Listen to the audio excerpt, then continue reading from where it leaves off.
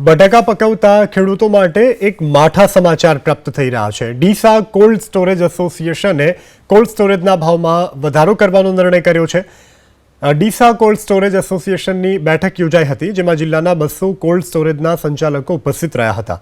આ બેઠકમાં ભાડામાં વધારાનો નિર્ણય કરવામાં આવ્યો છે। બટાટાના સ્ટોરેજના ભાવમાં આ વર્ષે પ્રતિ કિલો 10 પૈસાનો વધારો કરવાનો નિર્ણય કરાયો છે।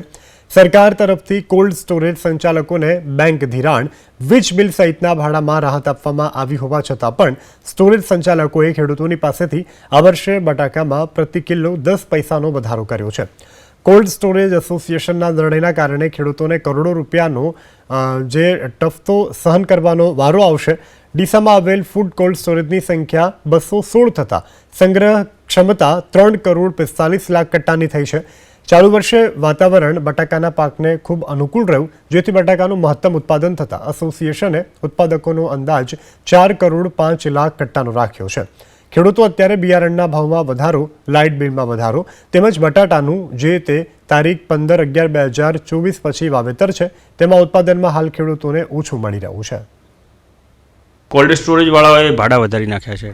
હવે ઉત્પાદન ઓછું હોય, ભાડા વધારી નાખ્યા હોય અને ભાવ મળતા નથી, એના કારણે ખેડૂતોને બહુ મોટું નુકસાન થાય છે એમ છે। એક બાજુ તો ભાવ નથી મળી રહ્યા, એક બાજુ કોલેસ્ટ્રોલવાળા ભાડા વધારી રહ્યા, બરાબર, અને એમને હર વર્ષે ભાડા વધારી રહ્યા અને ખેડૂતોને હર વર્ષે મજબૂર જ કરી રહ્યા કે ગમે તેમ ભાવ ઓછા મળે, તેજી હોય તો આવવું અને તેજી ના હોય તો એમની મરજી માફક કરવાનું। ખેડૂતો કે સ્ટોર ભરી નાખે એટલે ભાઈ ભાડા એમને તો મળ્યા રહે, ખેડૂતોને નુકસાન, પછી મરવાનો વારો આવે, પાછળથી બી હેરાન કરે। સરકાર પાસે એવી અપેક્ષા છે કે આવી રીતે ના થવું જોઈએ। ખેડૂતોને અત્યારે વેપારી બહુ મજબૂર કરી રહ્યા છે। 10 પૈસા વધારો કર્યો છે, સામે એટલું અમારું સમજો કે જે અમારા બિહારી મજૂર હોય છે એ પ્લસ થયા છે, અમારા ટ્રેક્ટરવાળાના ભાડા જે પ્લસ થયા છે, અમારા તોલવાળાનું છે એ પ્લસ થયા છે, અને મજૂરી વર્ગનું જે ભાવ વધારે થયો છે એની સામે જ અમે એટલું 10 પૈસા જ ભાડું વધારે કર્યું છે। વધારે ભાડું કર્યું નથી, પણ એ મજૂરી પૂરતું જ વધ્યું છે।